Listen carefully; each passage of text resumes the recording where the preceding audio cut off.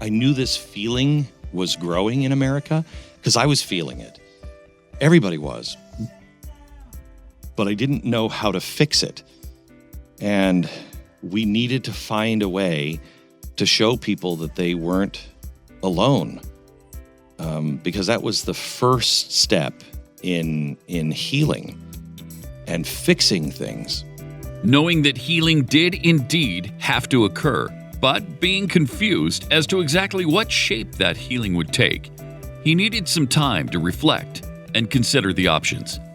After spending some time in thought, because at that time I was against the Tea Party.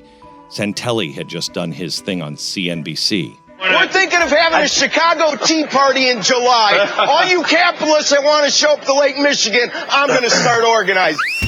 With all of the emotion and capitalist ideals being promoted by Rick Santelli, why did Glenn initially oppose the Tea Party? So he calls for a Tea Party, and I thought it was wrong because at the time he was talking about taxes, and what I felt the country was feeling was not about taxes.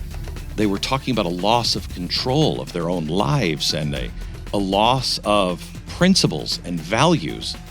And so I came up with principles and values, and I put them down on paper. And I think it was right before I went on the air one day. I looked at those lists, and I was trying to come up with a name.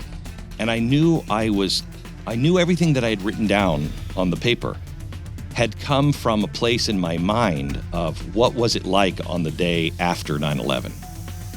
But I hadn't thought of it as 9/12 yet. It was just the day after 9/11. And I counted, and I had 9 principles and 11 values. And I counted them, and I'm like, oh my gosh, if I add one more, it's the day after 9/11. And I don't remember which was the last one that I added, but that's when I decided to call it the 9/12 Project. As the Tea Party continued and demonstrated more substance than simple tax protesting, Glenn's opposition to it disappeared. And both on radio and television, the Glenn Beck programs reflected simultaneous support for the 9/12 Project and the Tea Party. We talked to Glenn about what he believed was the best thing to come from the 9/12 Project. I remember standing in the lobby of the Fox building, which was this enormous lobby, a full city block. The entire bottom floor is lobby and elevators. And I was standing in the back entrance, and I could see all the way, a block, I could see all the way up to the front. And they told me that the Fox servers had gone down because people were sending in their pictures.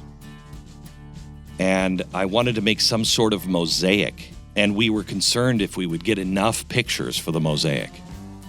And this was a week into us saying, send us your picture.